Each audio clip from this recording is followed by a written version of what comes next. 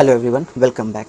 आज के इस वीडियो में हम पढ़ने वाले हैं सब्जेक्ट वर्ब एग्रीमेंट के बारे में। क्या? सब्जेक्ट वर्ब एग्रीमेंट, जिसे इस प्रकार से लिख सकते हैं, सब्जेक्ट वर्ब एग्रीमेंट। संक्षेप में इसे SVA कहते हैं। S for subject, V for verb and A for agreement. ठीक ना? Subject verb agreement. Subject verb agreement का मतलब है किसी वाक्य में सब्जेक्ट और वर्ब के बीच सहमति बनाना, अर्थात वर्ब को उसके सब्जेक्ट के अनुसार लिखना। ठीक। हालांकि सब्जेक्ट वर्ब एग्रीमेंट ग्रामर का एक टॉपिक है, फिर भी इंग्लिश ट्रांसलेशन को समझने के लिए इसकी जानकारी ज़रूरी है। इसीलिए यहाँ हम कुछ बेसिक टर्म को समझने की कोशिश करेंगे। ठीक, तो शुरू करते हैं आज का वीडियो। तो सब्जेक्ट वर्ब एग्रीमेंट को समझने के लिए हमें सबसे पहले शब्द के सिंगुलर फॉर्म और प्लूरल फॉर्म को समझना ज़रूरी है। ठीक ना? देखो, काउंटिंग के पर्सपेक्टिव से शब्द के दो रूप होते हैं, एक होता है सिंगुलर फॉर्म और दूसरा होता है प्लूरल फॉर्म। इसे हम इस प्रकार से लिखते हैं, एक हो गया सिंगुलर फॉर्म और दूसरा हो गया प्लूरल फॉर्म। ठीक ना? एक सिंगुलर फॉर्म जिसे शब्द के एक वचन रूप कहते हैं, एक वचन रूप, और दूसरा है प्लूरल फॉर्म यानी बहुवचन रूप। तो शब्द के दो रूप होते हैं काउंटिंग के अकॉर्डिंग, एक सिंगुलर फॉर्म और दूसरा प्लूरल फॉर्म। सबसे पहले हम सिंगुलर फॉर्म को समझने की कोशिश करते हैं। सिंगुलर फॉर्म शब्द के वे रूप होते हैं जो एक वस्तु को डिनोट करता है। क्या करता है? एक वस्तु को डिनोट करता है। जैसे pen, cow, man, I, he, she, etcetera. ठीक ना? तो ये एक वस्तु के लिए लिखा जाता है। जैसे पेन, एक पेन के लिए यानी एक कलम के लिए, काउ एक गाय के लिए, मैन एक व्यक्ति के लिए, आई इसी प्रकार आई, ही, शी। फिर बहुवचन यानी प्लूरल फॉर्म शब्द के वे रूप होते हैं जो एक से अधिक वस्तुओं के लिए लिखा जाता है। इसके एग्जाम्पल इस प्रकार से हैं, जैसे कि pens, cows, man, we, they, days, etcetera. तो समझ में आया सिंगुलर फॉर्म और प्लूरल फॉर्म। हालांकि इसकी भी डिटेल जानकारी ग्रामर के टॉपिक में की जाएगी, फिर भी हम यहाँ कुछ समझने की कोशिश करते हैं। तो एक वचन रूप और बहुवचन रूप। ठीक ना? शब्द के सिंगुलर फॉर्म यानी एक वचन रूप को प्लूरल फॉर्म यानी बहुवचन रूप में लिखने के लिए एक वचन शब्द के लास्ट में s या es लगाया जाता है। जैसे कि यहाँ पे मैं लिखूँ बोट, ये एक वचन के लिए लिखा जाता है। अब इसी को बहुवचन बनाने के लिए इसमें क्या जोड़ा जाएगा? इसमें जोड़ा जाएगा BOAT है, तो इसके लास्ट में हम सिर्फ s जोड़ देंगे। s जोड़ देने से ये BOAT बोट जो एक वस्तु के लिए लिखा गया है, और BOATS बोट्स ये दो या दो से अधिक वस्तुओं के लिए लिखा जाता है। फिर इसी प्रकार से लिखा हुआ है बस, समझे? तो बस जो है ये एक वस्तु के लिए यानी एक बस को डिनोट करता है, और अगर मैं इसमें ES को जोड़ देता हूँ तो बसेस हो जाएगा, जो कि एक से अधिक, दो या दो से अधिक वस्तुओं के लिए यानी बसेस के लिए लिखा जाता है। ठीक ना? तो इस प्रकार से एक वचन यानी सिंगुलर फॉर्म को प्लूरल फॉर्म बनाया जाता है, यानी सिंगुलर फॉर्म में s या es जोड़ करके हम उसे प्लूरल फॉर्म में चेंज करते हैं। ठीक ना? यहाँ एक बात का ध्यान रखें कि हम संज्ञा, सर्वनाम और क्रिया शब्द को ही सिंगुलर और प्लूरल बना सकते हैं। ठीक, संज्ञा, सर्वनाम और क्रिया शब्द को ही सिंगुलर और प्लूरल बनाया जा सकता है और किसी को नहीं। इस बात का ध्यान रहे। ठीक। अब कुछ ऐसे भी शब्द होते हैं जिसके सिंगुलर फॉर्म और प्लूरल फॉर्म अलग अलग देखने को मिलते हैं, यानी s या es जोड़ करके सिंगुलर से प्लूरल नहीं बनाया जाता है। अर्थात कुछ ऐसे शब्द होते हैं जिसके सिंगुलर फॉर्म फिक्स होते हैं और प्लूरल फॉर्म भी फिक्स होते हैं। इसके उदाहरण इस प्रकार से हैं, man, child, I, he, she, it, this, that, et cetera. तो यहाँ हम देख रहे हैं कि जैसे man, child, I, he, she, it, this, that, et cetera, ऐसे कुछ शब्द हैं जिसके सिंगुलर फॉर्म इस प्रकार से लिखे जाते हैं। ये सारे के सारे क्या हैं? सिंगुलर फॉर्म है। सिंगुलर फॉर्म में हम इसे इस प्रकार से यूज़ करते हैं, लेकिन प्लूरल फॉर्म बनाने के लिए हम इसमें एस या ई एस नहीं जोड़ते, इसके प्लूरल फॉर्म भी फिक्स होते हैं। जैसे कि मैन के लिए MEN मेन, फिर चाइल्ड के लिए हम प्लूरल यूज़ करते हैं चिल्ड्रन, चिल्ड्रेन। फिर आई के लिए हम वी यूज़ करते हैं, इसमें आई का मतलब होता है मैं, एक के लिए, और वी मीन्स हम या हम लोग, बहुत के लिए, ठीक ना, वी। फिर इसी प्रकार से दे, THEY दे, ठीक ना, दे मीन्स वे सब। फिर देज, दोज, एटसेट्रा, जो कि प्लूरल फॉर्म को डिनोट करते हैं, प्लूरल फॉर्म, ठीक ना।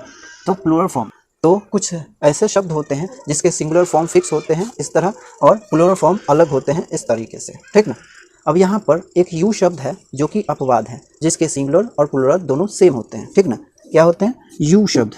यू शब्द एक अपवाद है, अपवाद, ठीक ना, जिसके सिंगुलर और प्लूरल दोनों सेम होते हैं।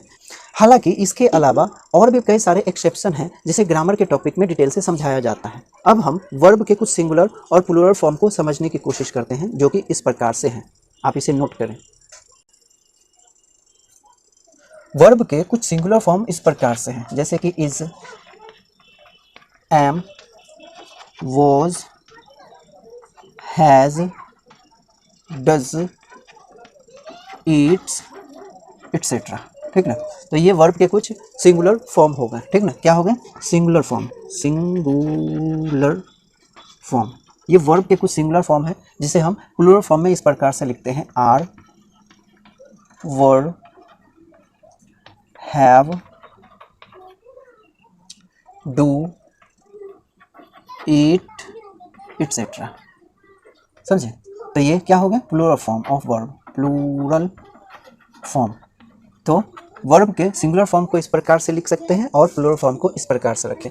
एक बात यहाँ नोट में याद रखें कि किसी वर्ब का फर्स्ट फॉर्म प्लूरल होता है, प्लूरल, और वर्ब का पांचवा रूप यानी फिफ्थ फॉर्म जो होता है वो सिंगुलर होता है। क्या होता है?